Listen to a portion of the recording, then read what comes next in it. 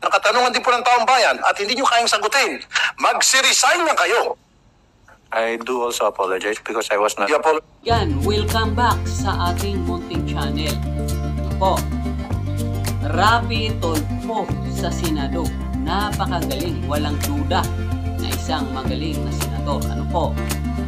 Talagang ginagawa niya ang lahat para sa ikabubuti ng buong Pilipinas. Po.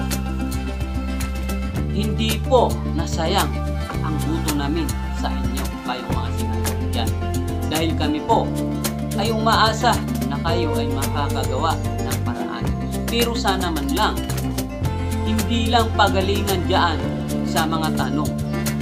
Bago pa kayo maupo dyan sa kinalalagyan nyo dyan sa senador, ay alam nyo na ang problema ng Pilipinas. Dumaan tayo sa pandemic, crisis sa pagkain at kung ano-ano pa.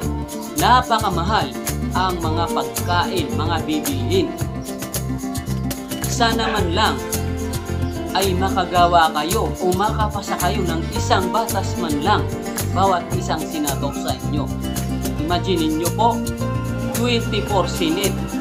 Kung makapasa kayo ng isang batas lang para po masolusyonan ang kahit isang problema man lang sa ating bansa, abay napakalaking tulong po yon. Dahil kung sa tanungan lang man lang tayo magaling, abay saan pa po ang pagiging senador natin? Kasi kung tanong man lang ang pag-uusapan, napakaraming vlogger dyan. O kahit ako, sige, isang senador at umupo ka dyan at tanongin kita tungkol sa mga problema, siguro naman kayang-kaya ko yun. At kung babarahin ko lang din, di pa kayo makapagsalita, ay babarahin ko na ang mga sinasabi nyo. Abay, lalabas pala na ako na ay ang magaling dyan. Sana po ay hindi lang sa katanungan tayo magaling. Makapasa tayo ng isang batas man lang para po masolusyonan ang mga itinatanong natin sa mga isinasalang natin dyan sa senador, diba?